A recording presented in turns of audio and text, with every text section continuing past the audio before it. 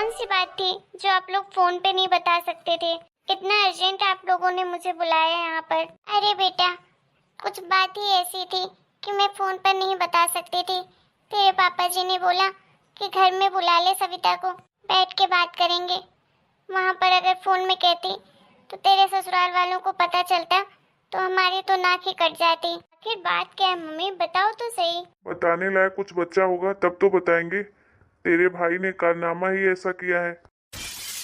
क्या हुआ पापा, आप दोनों ऐसे परेशान क्यों हैं? कोई बात हो गई है क्या? वैसे राहुल है कहाँ?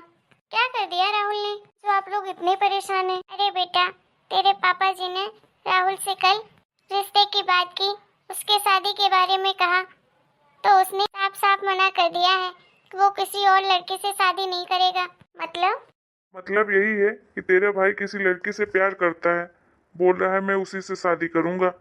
न जाने कैसी लड़की है, कौन से खानदान की है, कैसी दिखती है, क्या करती है, लेकिन तेरे भाई के ऊपर तो भूत सवार है प्यार का। इतने सालों से हम कह रहे हैं तो मना कर रहा था कि हमें शादी ही नहीं करनी। अब जब वो खोला तो बोल रहा है कि मुझे अपनी पसंद की लड़की से ही शादी करनी है, किसी और लड़की से नहीं करूंगा।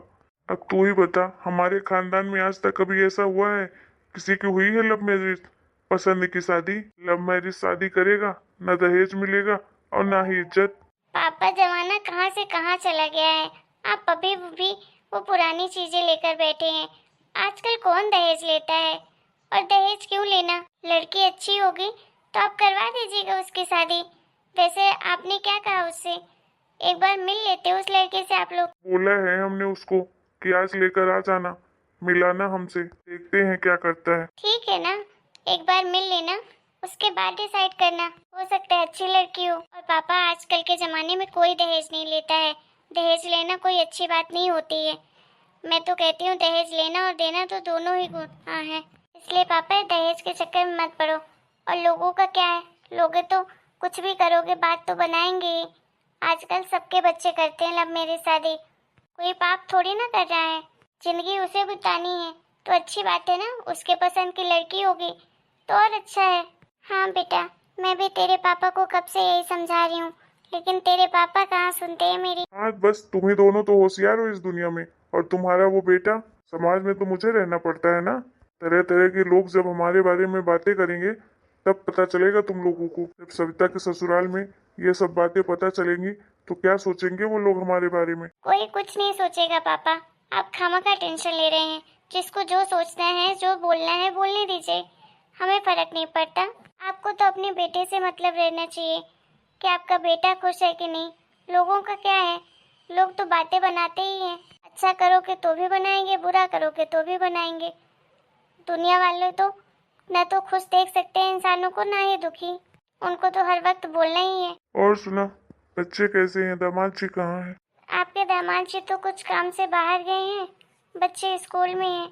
पापा। राहुल, ये किसे उठाकर घर लेकर आ गया है? हाँ राहुल, ये कौन है ये लड़की? अरे ये लड़की नहीं है, ये औरत है। देख नहीं रही है सविता तू? ये तो शादीशुदा है। गले में मंगलसूत्र है, माथे में बिंदी है। हाँ मम्मी, ये प्रिया है जिसके बारे में आप लोगों को मैंने बताया था। क्या ये प्रिया है? ये लड़की तो शादीशुदा है, तो इस लड़की से शादी करना चाहता है? इस लड़की के प्यार में इतना पागल है तू? तेरा दिमाग तो सही है। हाँ राहुल, तेरे पापा सही कह रहे हैं। जब ये लड़की शादीशुदा है तो इसे तू घर क्यों लेकर आया है? और तू इससे शादी करना चाहता है? इस दुनिया की सारी लड़कियां मर गई हैं क्या जो इस औरत से तू शादी करना चाहता है? मम्मी पापा प्लीज आप लोग मेरी बात तो सुनिए। हाँ, अब सुनने और बोलने को बचा क्या है? बोल, क्या बोलना चाह रहा है तू? इतना तू जान ले कि इस लड़की से तो मैं हरगिज शादी नहीं करने दूंगा तुझे। ये ऑलरेडी शादीशुदा लड़की है, न जाने कौन सी जाति बिरादरी की लड़की उठा कर ले आया है। पापा मम्मी आप लोग सही समझ रहे हैं, प्रिया की शादी हो चुकी है, वो भी आपके बेटे के साथ। क्या? तेरा दिमाग तो सही है, क्या बोल रहा है तू? राहुल, बोल दे कि ये झूठ है। क्या बकवास कर रहा है तू? हाँ राहुल, ये क्या बोल रहा है तू? तू शादी करके आ गया है? हाँ दीदी, मैं सही कह रहा हूँ, मैंने और प्रिया ने शादी कर ली है। राहुल, तू ऐसी हरकतें कैसे कर सकता है? आखिर तुझे क्या प्रॉब्लम थी? तू ला रहा था ना मम्मी पापा से मिलाने के लिए। एक बार मिलाता तो सही। तूने चुपके से शादी क्यों कर ली? तुझे पता भी है कि तूने कितनी बड़ी गलती की है। मम्मी पापा का भरोसा तोड़ दिया तूने। मम्मी पापा की जगह अपने आप को रख के देख, कितना बुरा लग रहा है ये सब देखकर उन्हें। जरा तो सोचता उनके बारे में। तुझे शर्म नहीं आई ये सब करने में? यार राहुल, तुझसे ये उम्मीद नहीं थी कि तू ऐसी हरकतें कर सकता है। अगर तुझे ये लड़की इतनी ज्यादा पसंद थी, एक बार मुझसे कहता, मैं करवाती तेरी शादी। लेकिन इस तरह चोरी छुपके शादी करके आ गया। सविता, तू ही इसकी तारीफ कर रही थी ना, देख ले कैसा निकला तेरा भाई। क्या समझा रही है वो उसे? वो तो कर लिया जो उसे करना था। कितने सपने सजाए थे हमने कि हम अपने बेटे की ऐसी शादी करेंगे, वैसी शादी करेंगे, इतना धूमधाम से करेंगे। और देखो, इस निकम्मे ने एक बार भी हमारे बारे में नहीं सोचा शादी करके आके। सही कह रहे हैं जी, इस बार तो आप बिल्कुल गलत नहीं है। न जाने ऐसे कौन से मैंने पाप किए थे जो आज ये दिन देखना पड़ रहा है मुझे। न जाने कौन सी लड़की घर उठा कर ले आया है। जानता हूँ पापा मम्मी दीदी, आप लोग को बहुत दुख पहुंचा है मेरी इस हरकत की वजह से, लेकिन मैं क्या करता। मैं भी बहुत ज़्यादा मजबूर था, मुझे ये मजबूरी में ये कदम उठाना पड़ा। प्लीज़ आप लोग समझने की कोशिश करिए। क्या समझने की कोशिश करें राहुल? तूने समझने लायक कुछ छोड़ा है? दीदी, हमारे पास कोई दूसरा रास्ता नहीं था, इसलिए मजबूरी में मुझे शादी करनी पड़ी, क्योंकि मैं प्रिया को नहीं खोना चाहता था।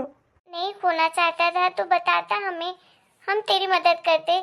लेकिन तूने ऐसा कदम क्यों उठाया राहुल? मैं जानता हूँ दीदी, इस हालत में मेरा कोई साथ नहीं देता और हम दोनों एक दूसरे के बिना नहीं जी सकते थे। बस इसीलिए ये सब करना पड़ा मुझे। आखिर ऐसी क्या मजबूरी थी राहुल? दीदी, प्रिया को कैंसर है। क्या? हाँ दीदी, प्रिया को कैंसर था और मुझे इसके बारे में कुछ पता नहीं था। हमारी काफ़ी टाइम से बात भी नहीं हो रही थी। प्रिया ऑफिस भी आना बंद कर दी थी। 6 महीने की छुट्टी ले ली थी उसने। ऑलमोस्ट उसने ऑफिस छोड़ ही दिया था और वो मुझसे भी दूर जाना चाहती थी, इसलिए वो मुझे भी इग्नोर कर रही थी। हमारा मिलना 2 महीने से नहीं हुआ था। मैं बस बात करता था फ़ोन में, वो भी 2 दिन में 3 दिन में एक बार हमारी बात होती थी। जब कल पापा ने मुझे बोला कि प्रिया से तुम बात करो, उसे घर लेकर आओ, तब मैंने प्रिया से बात की, जिद किया, तब जाकर प्रिया मुझसे मिलने आई। जब कल मैं प्रिया से मिला तब मुझे प्रिया की बीमारी के बारे में पता चला और मेरे पैरों तले से जमीन खिसक गई थी कि मैं जिस लड़की से इतना प्यार करता हूँ वो लड़की बस कुछ दिन की मेहमान है। जब तू ये सब कुछ जानता था, फिर तूने क्यों शादी की उससे?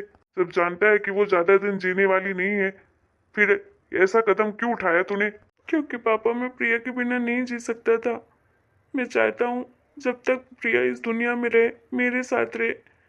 मैं प्रिया से बहुत ज़्यादा प्यार करता हूँ, उसके बिना जीना तो सोच भी नहीं सकता मैं।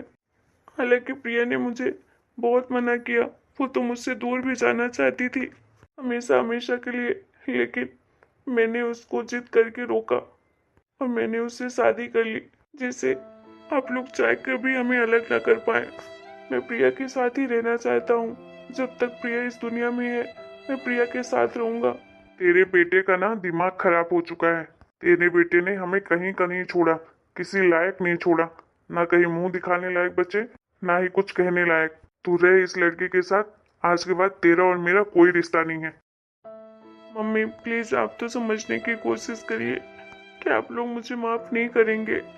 मैंने लाइफ में पहली बार कोई ऐसा कदम उठाया है जिसकी वजह से आप लोग को बहुत बुरा लगा है। लेकिन मम्मी, मैं करता भी तो क्या करता, मैं बहुत मजबूर था। मम्मी प्लीज़ समझने की कोशिश करो, आप तो समझ सकती हो ना मुझे। दीदी प्लीज़ मम्मी को बोलिए ना। मम्मी, जो होना था हो गया। अब तो प्रिया ही आपकी बहू है। चाहे खुशी मन से आप एक्सेप्ट करें या दुखी मन से, आपके बेटे ने कोई गलती नहीं की है मम्मी, बल्कि बहुत बहादुरी का काम किया है। ऐसे समय में तो अपने भी साथ छोड़ देते हैं, लेकिन आपके बेटे ने एक ऐसी लड़की को अपनाया है जो लड़की खुद नहीं जानती कि इस दुनिया में कितने दिन के मेहमान हैं, और आपके बेटे ने उसे अपनी पत्नी बनाया है। आपको तो अपने बेटे पर गर्व होना चाहिए। मम्मी जी प्लीज, आप मेरी वजह से राहुल से नाराज मत रहिए। सिर्फ मेरी गलती की वजह से ये सब कुछ हो रहा है। मैंने समझाया था राहुल को, लेकिन राहुल ने मेरी बात बिल्कुल नहीं मानी। और आप लोग गलत भी नहीं है, कोई भी माँ बाप होंगे यही सोचेंगे, यही बोलेंगे। नहीं बेटा, तुम रो मत, तुम्हारे इसमें कोई गलती नहीं है। समय का कोई भरोसा नहीं है, किसके साथ कब क्या हो जाए कुछ पता नहीं होता है। राहुल बेटा, नाराज तो मैं तुझसे हूँ कि तूने ये सब कुछ बिना बताए कर लिया। कम से कम मुझे तो बताता, मैं तो तेरी हर बात समझती थी। सॉरी मम्मी, मैं ये बात आपको नहीं बता पाया। प्लीज एक बार माफ कर दीजिए और पापा को मना लीजिए ना। बेटा, तेरे पापा को समझने में थोड़ा टाइम लगेगा, उनके दिल को बहुत चोट पहुंची है, लेकिन तुम लोग कोशिश करना उन्हें मनाने की। एक दिन जरूर मानेंगे वो, तुम्हें जरूर समझेंगे। खैर बेटा, जो हुआ सो हुआ। बस तुम लोग सदा खुश रहो एक दूसरे के साथ। भगवान करे ऐसी जोड़ी बनी रहे। प्रिया, रोना बंद करो। दीदी, ये सब कुछ मेरी वजह से हो रहा है। अरे नहीं प्रिया, ऐसी कोई बात नहीं है। ठीक है, जो हुआ सो हुआ, अब उसे तो हम बदल नहीं सकते हैं, लेकिन आगे सब कुछ ठीक करने की कोशिश जरूर करना, ठीक है? राहुल, तो दुखी मत हो, तेरी दीदी हमेशा तेरे साथ है और मैं पापा मम्मी को समझाने की पूरी कोशिश करूंगी। देखना, एक दिन पापा तुझे खुशी खुशी एक्सेप्ट कर लेंगे।